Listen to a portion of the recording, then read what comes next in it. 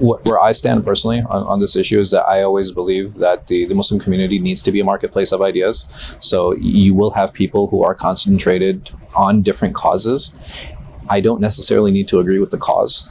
I don't necessarily need to even agree with the political stance that particular groups are taking, but it's important for me to recognize that they are part of the community, and there's something that a group of people, at least a sector of the community, is passionate about, and that's something that definitely needs to be respected. And again, I don't need to fundamentally agree with a lot of where people stand. You have very like AMP, American Muslims for Palestine. We work very closely with them. It's a very pro-Palestine organization, but they've also made a lot of inflammatory comments in the past and in the present. And I've had people approach me. It's like, okay, well, how's this okay or how's this not okay? I said, number one, they don't represent us. They represent their organization. We supply a platform for a lot of different people, for a lot of different organizations.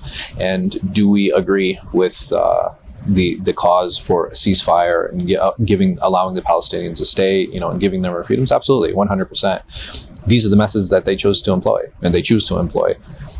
I'm not in that arena. I can't really speak on it personally. I myself am not even Palestinian. All I do know and understand, and this is something that's universally agreed upon, is that the Palestinians are being oppressed and something needs to be done. And like I said, this is the avenue that they have chosen to take. We don't feel that anything that they do or say is particularly extreme, even though there might be individual methods that I don't necessarily agree with in how they're approaching certain things. But it is an organization that I do support. There are other organizations like CARE. Sometimes I can feel that some of the things they might say are inflammatory, but are they working for the Muslim community, and do they do advocacy work? Have they stood up and advocated for Muslims that I know? Yeah, like personally, people who ran into legal issues or people who dealt with the FBI. So I can appreciate what all of these organizations are doing, and I myself, either directly or indirectly, have definitely benefited from them. So do they have my general support? Absolutely. And I think this is across the board.